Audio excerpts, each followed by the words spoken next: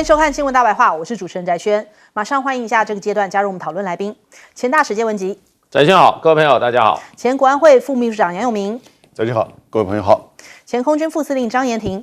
主持人好，大家好。好，现在中美这个杀成一团呐、因为这个关税战你来我往。美国呢现在一鼓作气在昨天把对于中国大陆的关税从原本的145%直接给你加100。本来那个中国大陆就已经说145我不跟啦，那他现在提高到245。中国大陆那边的这些社群平台，微博啊、百度啊，都当下冲到了第1名啊，那就想说啊，美国又出招了。那当然中国大陆是很淡定啊。他那时候就已经告诉你了，你加到145之后呢，这个其实你们的商品在大陆已经不具有竞争力了，所以我再给你加也没什么太大意义啊。那我们看这个零件呢，也是这个客客气气跟你这样子在喊话。你要知道我们中国大陆的立场是什么，我们来听一下。这场关税战是美方发起的，中方采取必要的反制措施，是为了维护自身的正当权益和国际公平正义。完全合理合法，中方的立场一直很明确，关税战、贸易战没有赢家，中方不愿打，但也不怕打。如果美方真的想通过对话谈判解决问题，就应该停止极限施压那一套。好，客客气气，但是讲的是狠话，因为呢态度非常坚决就是中国大陆到现在为止呢，从4月2号的这样子的解放日，川普说对等关税的开始，到现在那个立场上面没有一丝动摇绝对都是奉陪到底。所以商务部就在跟你喊话啦，就是你任何加税行动，我们都奉陪到底。我不加你这个245，但是有没有其他的杀招会来？你可以等着看嘛。那所以大陆的官媒也在讲了，讲说美方继续加征更高的关税真的是关税的数字游戏也是世界经济史上的笑话。那后面呢，加征完又豁免，你这变来变去，这是在开什么国际玩笑？美国媒体纽时就发文了，川普对华征收高额关税非但不会实现制造业回流美国的目标，反而会造成美国的消费者支付更多的费用，同时倒逼中国的电商生态开拓到其他全球市场。哇，就是越打，然后中国大陆的这个电商现在好多美国人在下载嘛，所以是增强的是什么？增强的是中国经济的全球影响力所以连纽时都这么不看好川普的所作所为啊。那你看这个其实说到底，为什么川普一直要跟中国大陆这样子说，我要给你加多少啊？如果你们反击我，我就要反击回去。他说穿了就是他心里一个心魔，他太在意中国了。他这个搞不好这个醒着也是中国，睡的也是中国，想来想去通通都是中国。所以就连范斯没有在眼前他都想说范斯在哪？他刚刚还在这的，他一定是接到了中国的电话，都开始出现了这样子的妄想。搞不好范斯去旁边画眼线并不是接电话，但是他就觉得说说不定是一个这个你要去接电话，虽然是玩笑，但是是不是凸显出来川普好急一直在急着等中国的电话吗？那连这个白宫的发言人都还要讲，一直喊话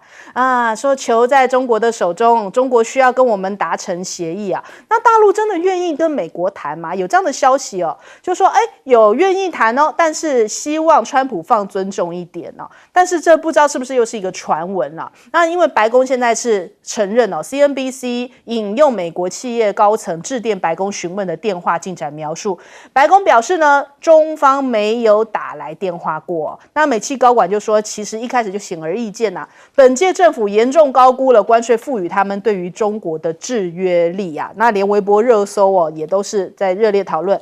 白宫承认啦，中方没有打来过所以等不到那一通来自中国的电话，恐怕是让川普真正觉得很难受的一件事情那我们看到这个经济学家克鲁曼讲，接下来呢，川普恐怕要吞败怎么样的吞败法？他说，川普显然不知道自己在干什么。北京已经暂停出口众多产业、军工业至关重要的稀土矿物跟磁铁那这2项发展这样看起来，川普这个贸易战恐怕是输定了。那《华尔街日报》显然是对于这个美国财长放出来的风声来影响政策，而且呢，美国的谈判员设法跟其他国家谈判的时候，借此来孤立中国，这个恐怕也是行不通的，因为大家不见得会这样子理你啊。那再来，还有川普的承诺可信，哪个欧洲政府会愿意加入美国来对于中国发动贸易战，不惜自毁自己的供应链，这也是不太可能达成的。还有最终就是你用错了武器来打贸易战，明明是枪战，却是提刀上战场哦。那因此呢，大家就想到了过去这一番话，克林顿在讲，你们的经济啊，就讲中国大陆啊，就像一个泡沫啊，不好的事情可能会发生哦。当着马云的面讲了这一番话，马云是怎么回他的？我们来听听。Yonder, and you wound up with a bubble. Well, if it comes from the bottom up, is it more likely that fewer bad things will happen? I think that you American people worry too much about the China economy. Every time when you start to worry about China, China goes better. You Americans love to spend tomorrow's money. And the other people's money, maybe. We Chinese love to save money because someday we know the disaster is coming, so we can spend the money. So when the economy is bad, we still have the money to spend. You guys probably don't. You worry.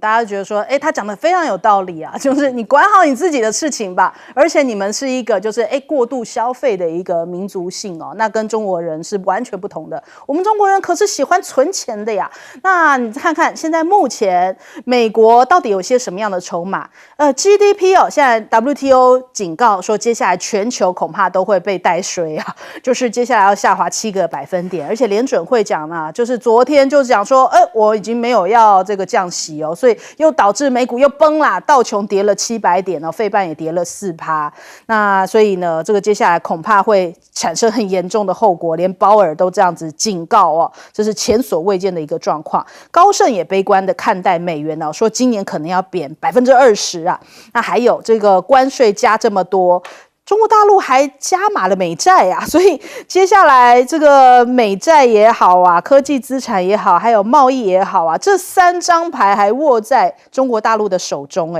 它还有很多 cars， 不是 no car， 所以接下来美国等着接招吧。我们来问一下季老师。对，其实这个就是说，川普这个政府已经出来厘清了啦，他说那个245%的关税不是全部的，他说是某一些项目。他说把他过去所增加的各种关税加起来，有几项是到245，并不是所有项目都到245，因为这个造成的恐慌不只是中国大陆的这个社会的愤怒啊，美商很恐慌，美商就完了，我本来还有一点希望，还是希望继续那个借中国大陆的这些商品在美国发财的这些美商很多啊。他说哇，你又给我加的话，我怎么混啊？那所以川普的政府马上就出来，已经解释了他就很怕这件事情大家有这样子的认知啦。那也可以看出来，就是说川普目前这个贸易战，就跟很多美国的学者，包括这些知名的学者，包括耶伦都说，你这是在自残啊，你这是伤害自己美国啊。这个刀拿起来没有砍到别人，先把自己搞得全身是伤。所以川普的问题还没有他的危机都还没有解决，而且他现在只爆了几个弹而已。还有一个就是说，整个的供应链混乱以后物价整个物价失控这个通膨窜升，那个时候他如果那个时候再回头就太晚了。所以现在人家都在劝他，就你不要这样搞。人家不是说在看他笑话，讲他的都是美国人啊。你说那 Truman， 他是诺贝尔得主啊，他是美国人啊。他讲这些不是要揭川普的疮疤，而是警告川普说你赶快还有时间，不要这样做，改弦更张。那你知道今天昨天美国股票还是大跌啊，对不对？主要是 NVIDIA 带头大跌啊。没错。然后美元开始跌了。美元是这个大概是这10几年来最低的一次所以美债先让川普稍微清醒一点，那美股还是照跌，美元还是照跌。如果说他这个关税政策不改的话，那事实上他这个3市就是说股市、债市、汇市还是会继续下去的话，那美国经济就完蛋啊。所以他的这个美联储的主席也已经在警告了，他说这样下去我们这个很难降息啊，这样子美国的经济前景不乐观，已经都讲到这里。可是我看这2天川普不管走到哪里，他还是怎么讲？他还是铁口直断，现在美国经济比以前好，而且呢，他的那个算法通通很奇怪，都是美国现在一片荣景。然后呢？他刚开始还说我们这个美国经济生病，所以要吃药。他这个药是不是还要人家继续吃啊？所以川普这样子执迷不悟下去，真的我觉得美国这个经济真的是完全无法乐观了。因为他这个做法是让大家从常识上就觉得说，你这不是搬石头扎自己脚吗？对不对？马云讲的很有道理啊。马云中国大陆基本上你美国市场只占中国大陆的 GDP 的2.9%，所以中国大陆根本不在乎，那个成本都已经算出来，就是 2.9 而已啊。我 GDP 2.9啊，而且我现在不卖你美国货，我还可以怎么样？还可以转卖到其他市场。所以并不是说我今天不卖美国，我这个货就没有人买了。那义乌的那些老板都很有底气，他说我们本来就是做的是全球市场，现在美国这个市场有一点问题，我们现在想办法调一下就是啊。我们现在在增加其他地区的这些销售量。事实上也就是如此啊，可是你美国呢？美国现在你这个中国大陆有股市、汇市、债市三市都跌吗？就全世界就你美国现在搞成这样子，还不执迷不悟，那只能说呢，川普如果他不改变的话，伤害最大的是美国，不是别人。好，来请教杨老师。川普这个2.0开始他用关税，大家不要骂他的幕僚其中1987年他自己就在美国的媒体买广告，就批评日本跟沙特阿拉伯，他说对付他们就是要用关税，这些人一天到晚赚我们美国人的钱，对我们做不公平的贸易，我们要用关税才能够达成就是贸易逆差归零，贸易平衡。所以他1987年他就是这么认为，所以他是真正叫做关税基本教义派，而他真的认为我抽你高关税，我们之间的贸易就会逆差就会归零。那我就很奇怪，我请问川普美国在去年有90多个国家你跟他有贸易逆差，但你有110个国家跟地区你跟他有贸易顺差，那是别人对你有高关税咯？没有啊。所以对你有贸易顺差你就觉得没有问题，那贸易逆差的你觉得我要用关税，那关税当然不可能造成贸易逆差归零。那贸易逆差是什么问题？很复杂的问题，但简单的说就是刚才马云讲的嘛，美国有铸币权，自己不断的印钞票，然后呢花明天的钱借债，同时呢享受全世界最便宜的最好的商品，它负担比较低。其实你的贸易逆差是建筑在你享受他国的商品跟服务啊，难道这些商品在台湾做不用花钱吗？我赚你的钱很少一部分，那事实上你享受的是这些东西，那你自己因为把你厂商都外移，你的薪资过高，成本过高，然后你自己内部的2次分配不公平，钱通通都跑到有钱人那边去。所以呢，投你票的人事实上是最辛苦的人。现在这些农民，现在这些工厂的员工没有工作，然后呢，薪水变薄，因为物价变高，那中国大陆也不难买你的农产品。同时，最重要的是，如果你一天到晚叫人家来投资你的制造业，我请问你，川普跟你川普家族，还有所有跟你打小白球你的朋友，哪一个人投资美国的制造业？你都是在搞房地产、搞金融。钱滚钱，你在白宫介绍你的朋友，这个人股市赚25亿，那个人赚6亿，你没有一个人投资美国的制造业。投票给你的人，你没有投资他们啊，你叫外国的企业来投资来，那这怎么回事？你自己不屑投资你美国的制造业，你现在却用关税的方式要大家投资你制造业，谁理你啊？你现在平均关税已经27%，而且又越来越高的这个关税的障碍。你成本越来越高，现在只有半导体啊、汽车，因为被你逼的只好你的市场我去那边做，但是都做得奇贵无比。所以将来哦，美国就自己存在很特殊的一个奇贵无比的供应链，然后呢，全世界就跟你美国慢慢的脱钩，世界再去美国化，形成一个世界减美的另外的一个供应链。这谁造成的？谁坐困愁城？就是你川普自己。好，请教将军。川普提高关税的绝对不是万灵丹，如果是万灵丹早就做了，因为他有时候提高关税反而适得其反。目前就是这个状况。中国大陆讲了就是奉陪到底，所以中国大陆绝对不会主动打电话了。所以你川普打电话过去，你这样的话才能够化解。但是我认为目前的可能性还不高。中国大陆我们按照来判断它整个的政治的特性，它都是吃软，它不吃硬。你川普来硬的，他就跟你硬下去，对，奉陪到底是这个样。那看看川普怎么样去化解身段，怎么样去摆软，要这个样才能够这个有一些管道可以打通。那现在的川普啊，在全世界啊，在提高关税啊，已经走入了恶意模式了，已经走入极端主义模式了。已经变成这个状况，他全世界都得罪了，不是光得罪中国大陆，包含日本、包含加拿大、包含澳大利亚、甚至包含以色列、包含法国，都这个样，太多了，都已经走入恶意模式了嘛。那你这样怎么去化解？所以我认为川普这个药下的太不是猛，我认为他乱下，他没有对症下药。你看美国这方面问题，美国目前制造业就底气不够嘛，没有制造业嘛，制造业一直在萎缩当中嘛，要从制造业的整顿、人力工时、工资成本的调整来着手才对，他没有抓到这个重点嘛。那你看一下美国现在美债那么高，36.8兆，怎么办？现在10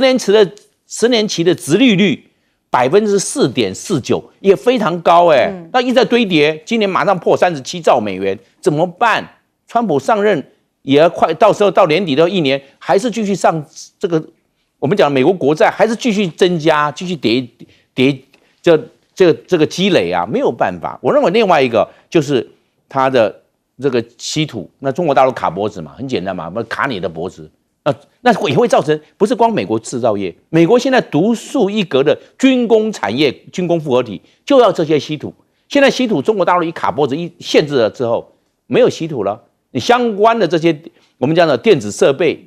包含光伏，就是我们讲到的光电，就是光电设备，也包含雷达系统，也包含永久磁铁的，还有这个储能系统，都受到影响了。这是美国目前要的，结果因为稀土没有原料。那整个都荡下来了，那荡下来怎么办？不是要复兴美国的制造业吗？也要靠这个我们讲的军工产业吗？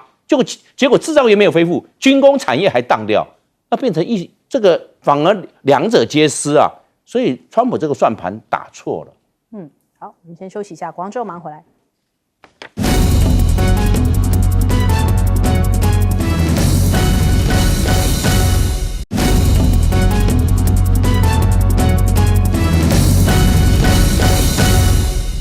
好，川普的关税现在还在这个自我感觉良好阶段嘛？因为他说一天会收入20亿美金结果数据出炉是怎么样呢？美国的海关跟财政部他们公布出来，从4月5号实施以来现在才收到了5亿美元。换句话说，就是落差非常的大呀。而且呢，就是他们这个关税和特定税这个项目的收入当天其实是3亿而已就是跟川普的讲的20亿好像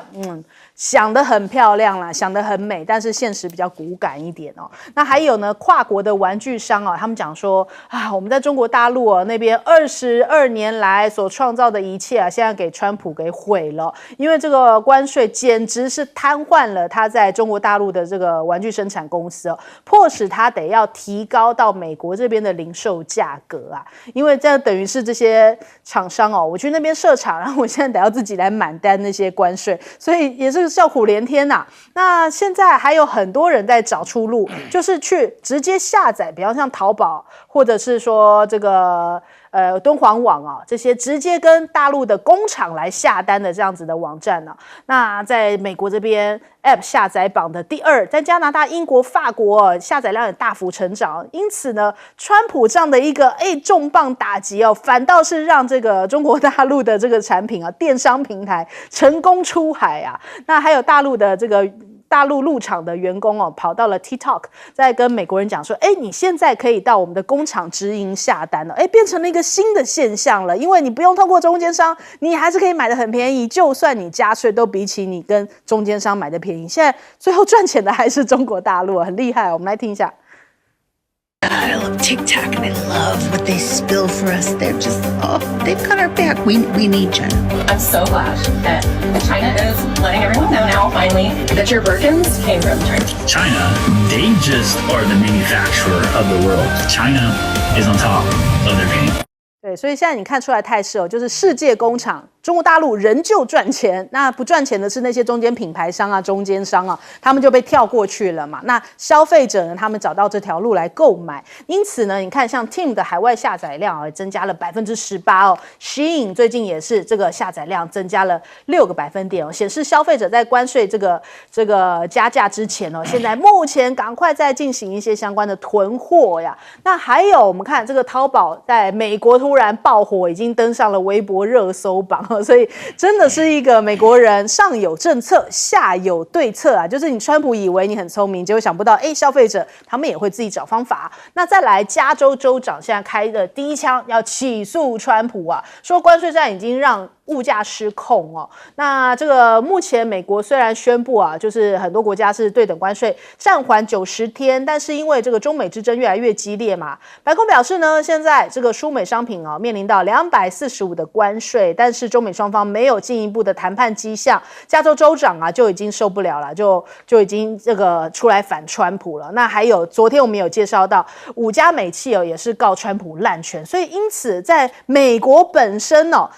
你说各地方政府啊，或者是一些政治人物已经开始站出来，已经要跟川普唱反调了。那现在目前川普民调是多少呢？根据最新的统计啊，大概是支持率到42%。不支持率是52%，而且拉锯持续在扩大当中，也就是说，讨厌川普的人是越来越多的，就连他们自家人也不停哦。现在他们也一起这个倒戈，要倒向这个民主党的提案呢，一起来否决这个总统的关税这件事。那还有呢，我们看到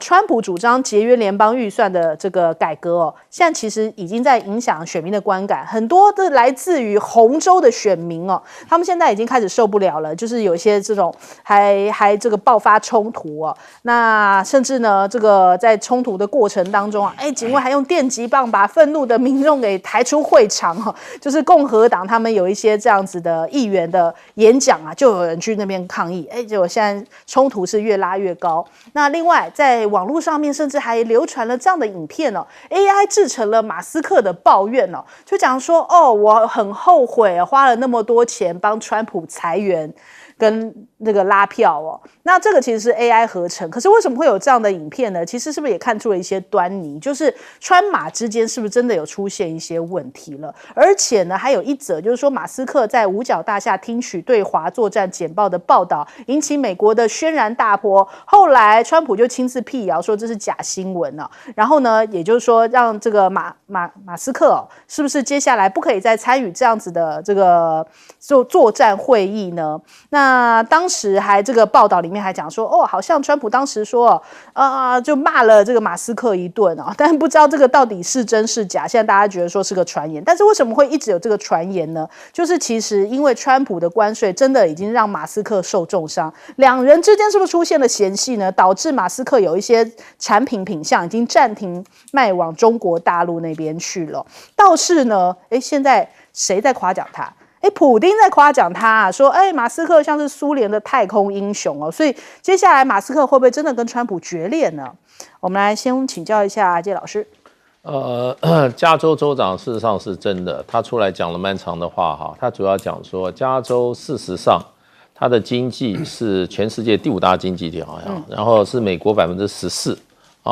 可是呢它的经济它这些整个的进口有40%是从3个国家进来的，一个就是加拿大，一个就是墨西哥，一个就是中国大陆。所以川普这样子的关税战一打开来啊，加州事实上它的供应链、供给侧的经济啊，就出现极大的问题。它即使想要生产，它的原料进不来，对不对？它要消费，它的很多必须的民生消费品也进不来，所以40%是可以让加州经济几乎瘫痪的一个比重啊。而且像美国从这个太平洋进口的大部分的货品啊，都是走加州的这个圣地亚哥也好，长堤也好，这几个港，现在这几个港没生意了。请问那些港口啊，不管是码头工人，还有这些报关行，还有一些货运业，他们凭什么为生啊？对，所以就变成就是说，不管你川普形容的多漂亮，你说啊现在多棒，收了20亿啊，一天收20亿美金，事实上也是假的嘛，对不对？啊，美国要进入了真正的所谓的 Golden 黄金时期的美国正要到来，哇，形容的都很漂亮。可是加州现在就面临极大的经济灾难性的经济状况，对，所以他真的逼得他必须要对川普这样子提告，而且事实上的话，大概这个美国传统上贸易是属于国会的权利，所以川普是用一个过时的一个法令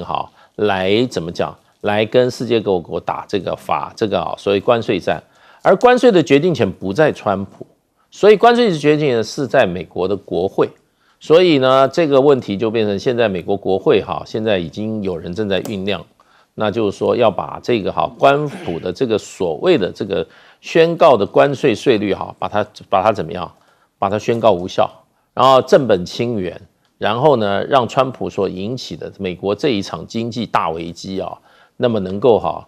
尽早落幕，要不然的话，美国的经济真的是再不做一些正面的作为的话，美国经济要救美国，今年要救美国经济可能就太迟了。那所以加州州长现在已经出来了，然后一些这些刚刚讲的这些美国甚至共和党议员联邦参议员也出来了。我想会有越来越多的这些美国的政治代表性人物都会站出来。因为这个川普带来的危机不是世界贸易的危机，我认为是美国经济的危机。这场危机它对美国的这个负面的冲击可能会远超乎川普他所预期的。是。好，来请教杨老师。我们刚刚讲，川普一直信任高关税可以把逆差归零，这是一个错误的理解。而且他现在慢慢学到教训。对。那川普也认为高关税可以让外国到我们美国来投资设厂，供应链回到美国，美国再工业化。他又在做梦，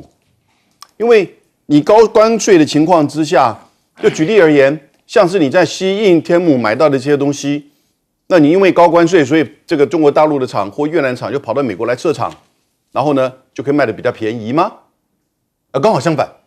因为在所有美国的制造的成本都比在中国大陆、在越南要高很多。对，同时你相关的零组件的群组又不在这边，所以你要进口你进口又碰到高关税。中间商品跟零组件一样，所以同理，比较复杂的电器产品也都是一样的情况。除非我是用来交换你给我关税的减免，或者是他就喜欢接下来一定会玩这一招，暂停、豁免、降低，他会玩。也不要太简单化川普的这个策略。但是呢，他现在玩的空间有限，为什么？因为他现在对全球征战，然后呢？这个深打中国，所以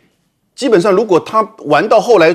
回到这个解放前，回到4月2号以前，那有什么意义？所以他现在变成，因为你高关税，所以投资市场也不可能。有一个是他真正的目标，他要大家买美债，美债现在来到了36.2兆美元，而今年大概到期9.2兆。美国的今年上半年的预算赤字来到1.3兆，下半年如果这个同样的话，也就你今年至少发11到12兆的美债，你才能够还债。问题是谁现在会来买？我都不知道谁现在要来抛售了。因为你现在的殖利率不断的攀高，大家没有意愿要去买你美债。为什么殖利率会攀高？因为你不断的搞高关税又反复不定，你美国的经济被大家不看好，那我怎么会去买你美债当做一个避险的工具呢？当然都是往黄金、欧盟国家哦，甚至现在大陆的这些股市，所以你会造成什么？造成通膨，因为关税进来一定转嫁给供应商跟就是老百姓，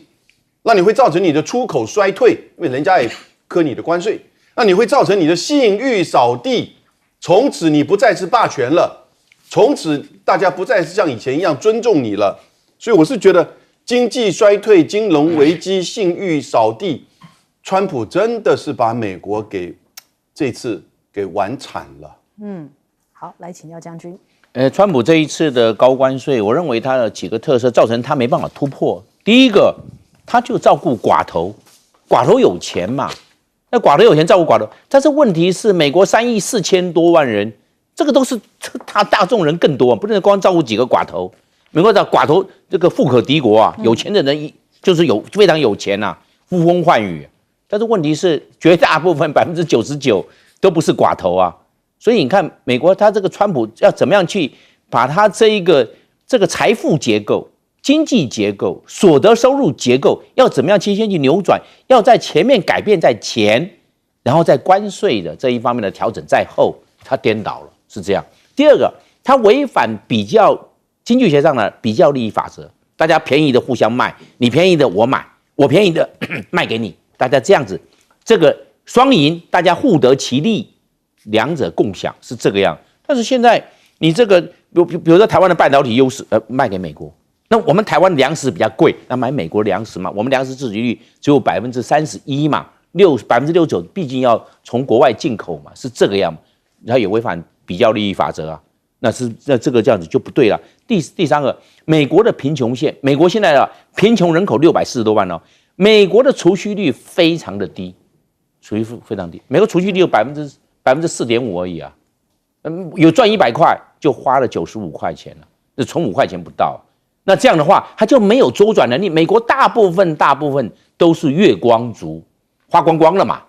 那这样的话他就没有周转能力了。哪一天这个饮食卯粮了，没有周转能力了，那美国怎么办呢？那这个米缸见底啦，会变成这个状况啊。我们看呢，整个追根究源来看呢，美国是因为贫富差距太大。我们看财富来看了嘛，美国20%顶端的20%占美国全部的71%的财富，剩下的80%不在只占29%，那个穷哈哈，剩下的80%那么多的人，结果只占美国全体的财富的29%而已，不到30%。你看贫富差距那么大那贫富差距，穷的人。天下阶层的人，他会感觉到相对剥夺感出来了。你们都很有钱，那我们穷的人一大堆，都被你们剥夺了，那怎么办？所以我认为川普在这一方面，他下了这个高关税自己没想到他自己内伤了，他是那样，问题没解决，自己还受到伤害，变成这个状况。好，我们先休息一下，广州马上回来。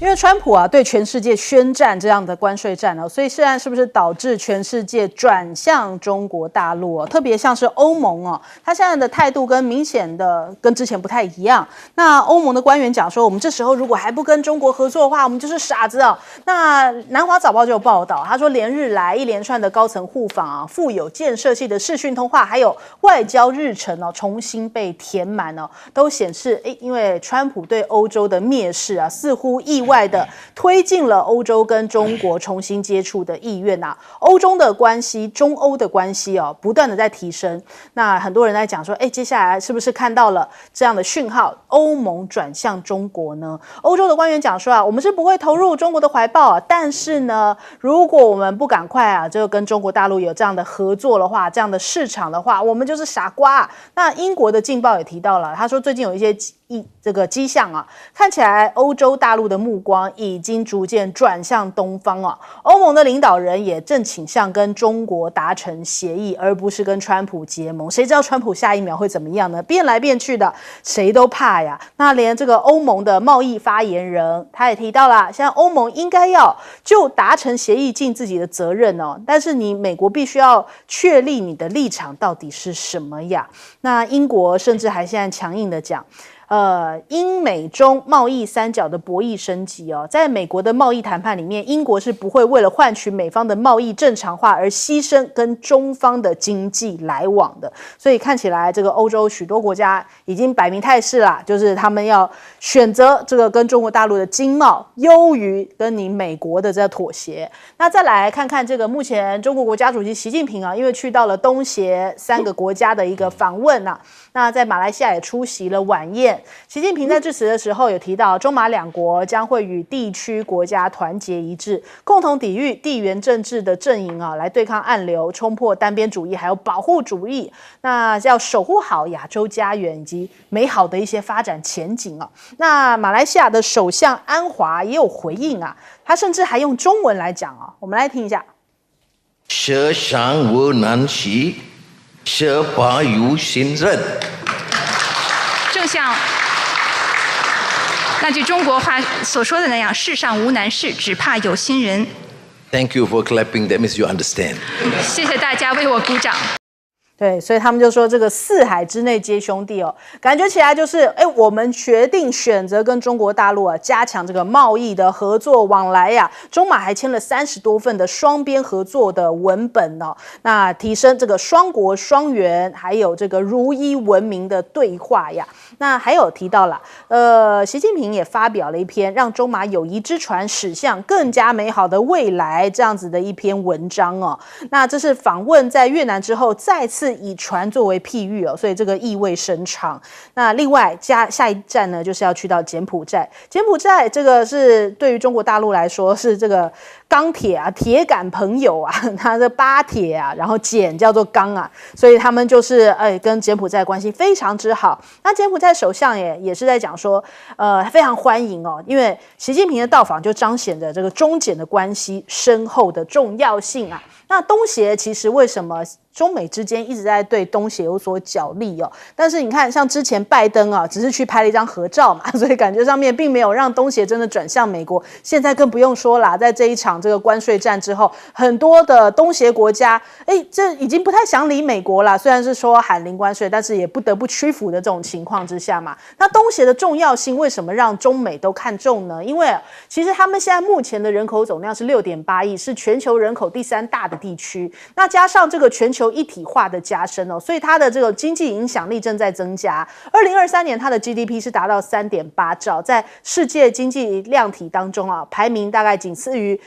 美中德日的第5位。那因此呢，这一次中国大陆去了，当然让美国很紧张啊，特别是习近平亲自出马。那他在柬埔寨这边的媒体也发文哦。中柬要强化战略协作，共同反对霸权主义哦。还有呢，要抵御这个川普的245滥征关税。习近平访大马，号召全球南方再出发，来对抗什么呢？小院高墙、滥征关税，然后这种地缘政治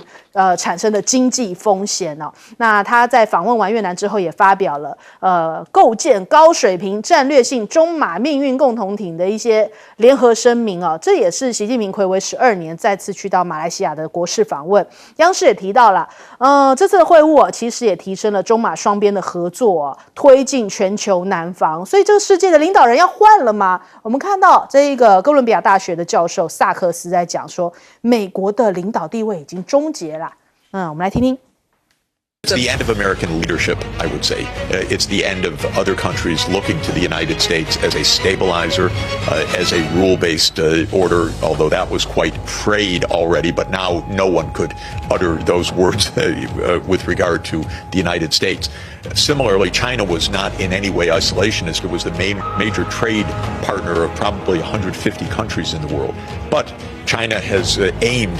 for the last decades to be a responsible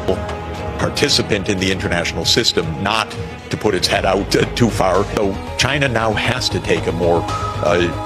leadership role. 好，我们来请教一下介老师。现在美国这个市场，在全世界的市场，也就是各国能够外销的市场里面大概就是全球的13.1%啊。那也就是说，如果这个世界减掉美国的话，还有86.9%，这个86.9对13.1%啦。那就是美国并不会像他2次大战时候刚结束的时候，或者说是这个60年代、70年代，美国这个经济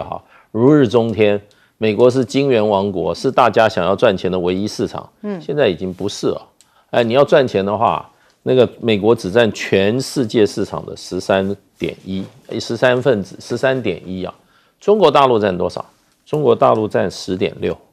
所以中国大陆是世界第2大市场。所以呢，就欧盟来讲的话，他现在一定要去拉拢中国大陆，或者更说得穿，他可能要打中国牌。为什么？因为就变成就是说，第一个，如果这个世界上我刚刚讲的86.9%，也就是除掉美国以外的市场，都还是遵循 WTO 的这个多边贸易法规那世界的贸易就不会乱。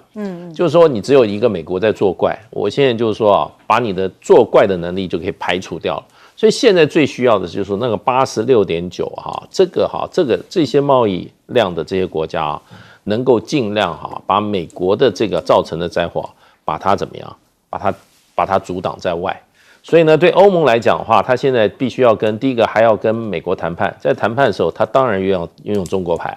他会警告美国你如果跟我这样子不讲理的话，我就跟中国大陆加强经贸联系。这对欧盟来讲是非常有利。另外一个方面，就美国市场变成这么不可以预测的时候，中国那个10.6%的市场份额的话，那对欧盟就更为重要。所以呢，欧盟看好中国，我觉得这个是一个浅显易见的道理啦。那美国现在这个整个作为的话，事实上是把这个整个世界把它推远了，因为他连他的过去对他很忠心的朋友对这一次照样被打的这个体无完肤修理的怎么样，灰头土脸的。对，所以川普就跟美国很多战略学者说川普事实上把美国在过去几十年前建构的这些作为领导国家的这些所有的这些条件跟他的本钱真的在一场赌局里面都输完了。所以呢，现在就看川普他能够回头到多少了。如果他还是一意孤行下去的话，我想的话，美国就是说会在大家的认知里面就是一个真正的一个怎么样，一个麻烦制造者。甚至已经有人在讲了，我记得是美国人自己讲的说美国已经是一个流氓国家了。那这个情况下真的对美国很不利，那一定会加强这个非美国以外所有国家大家的互相的怎么样团结跟互助。好，来请教杨老师。